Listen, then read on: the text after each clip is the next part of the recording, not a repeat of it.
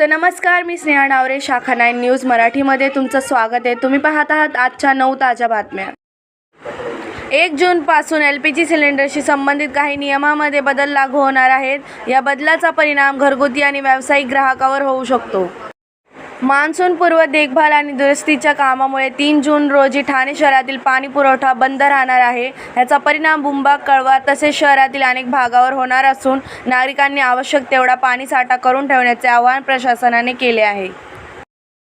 Smartphone चोरी किंवा हिसकावून नेल्यास तो आपोआप लॉक होण्यासाठी नवीन सुरक्षा फीचर उपलब्ध होत आहे. यामुळे चोरांना फोनमधील वैयक्तिक माहिती सहज पाहता येणार.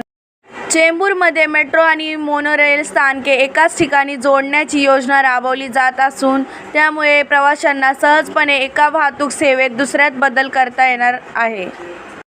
केंद्रीय राज्यमंत्रीपद मिळवून देण्याचे आमिष दाखवत 20 कोटी रुपयाची मागणी करणाऱ्या काही जणांनी भाजप नेत्याला गंडवण्याचा प्रयत्न केला. बीड जिल्ह्यात धनंजय देशमुख यांच्या विरोधात जीवे मारण्याचा प्रयत्न केल्याप्रकरणी गुन्हा दाखल करण्यात आला आहे. भारतामध्ये तंबाखू उत्पादनांसाठी काही राज्ये विशेष ओळखली जातात. त्यापैकी हे राज्य तंबाखू उत्पादनात आघाडीवर असून येथे मोठ्या प्रमाणावर तंबाखूची लागवड केली जाते. मराठा आरक्षण आंदोलनाचे नेते मनोज जरांगे पाटील यांनी उपोषण मागे घेतल्यानंतर त्यावर विविध प्रतिक्रिया उमटल्या. यावर प्रतिक्रिया देताना प्रसाद लड यांनी टीकाकारांना सडेतोड उत्तर दिले. आंतरराष्ट्रीय स्तरावर भारताचे वाढते आर्थिक, तांत्रिक आणि सामरिक महत्त्व लक्षात घेऊन अमेरिकेने भारताच्या भूमिकेला अधिक प्राधान्य दिल्याचे संकेत मिळाले आहेत.